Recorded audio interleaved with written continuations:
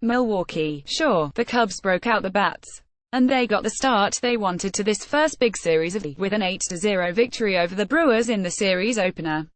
But for significance in the bigger picture, check out the textbook bounce pass Jon Lester executed to Kris Bryant on Thursday night, just in time for the NBA playoffs. It was the Jordan to Pippen bounce pass Lester had worked on all spring with infield coach Brian Butterfield as a way to overcome his yips throwing to bases. With Brewers base runner Ryan Braun trying to get in Lester's head and make him look foolish in the first inning, Lester first held the ball and watched as Braun stole second without a throw to the plate or a base. Lester pitched 6 scoreless against the Brewers, and threw out Ryan Braun at third base. Then Braun tried to take third the same way, walking to a huge lead and taking off. This time Lester stepped towards third and threw a one-hopper to Bryant that nabbed Braun by a foot to end the inning, then stared down the Braun. Message delivered. The Brewers didn't have a bona fide chance to try Lester again after the Cubs scored 3 in the top of the third to take a lead that Lester made stand through 6 scoreless innings. Whether that set a tone for Lester in what amounted to a bounce-back start after his dud in the opener last week, it may well have set a tone for how teams may approach him on the bases going forward. Lester's inability and reluctance to throw to the bases have been an issue since leaving the American League to sign with the Cubs before the 2015, and the Brewers have been the most aggressive team trying to exploit his weakness.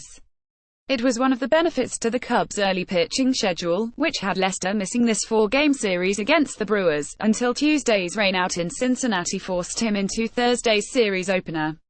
"There's only so much we can do," manager Joe Maddon said before the game of the Brewers' potential to run on Lester.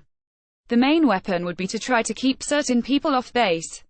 If you don't do that, then you have to go to plan B, but I think you're setting yourself up for a fall. Just do what you can do. The stuff we've practiced, stuff that everybody's comfortable with." That would be what Butterfield and Lester call the Jordan to Pippen bounce pass. Lester said even early in March he was comfortable with the method as he continued to try to perfect it, after having experimented some with bouncing the ball to Rizzo. "I don't care what it looks like," he said. "I don't care if it bounces 72 times over there and out's an out." Of course, it helped on this night that he never had more than one runner on base at a given time, allowing just 3 hits and the lone 2-out walk to Braun in the first during his 6 innings of work. Javi Baez scored the 3rd run of the game on this play. It also helped that Lester had a 5-0 lead by the time he took the mound in the 3rd. If the throw to third wasn't a tone setter, the victory in the first game of the year between the division's top 2 finishers a year ago might have been, at least for the weekend.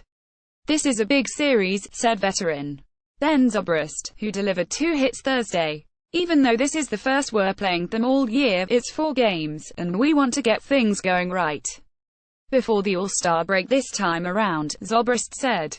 The Brewers led the Cubs by 5.5 games in the division at the break last year, before the Cubs finished strong. "You have 2 teams with high aspirations," Cubs first baseman Anthony Rizzo said. "They're expecting to win the division, and we're expecting to win the division. And the Cardinals expect to win. Obviously, it's early. On either end it's not going to be the end of the world. But it's fun to play them."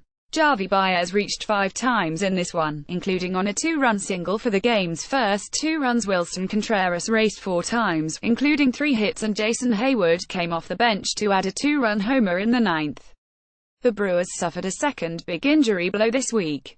One day after outfielder Christian Yelich was said to be day-to-day with an oblique injury, Brewers closer Corey Knebel collapsed on the mound after throwing a pitch in the 9th Thursday.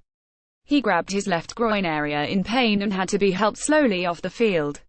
The exact nature of the injury and its severity were not immediately known.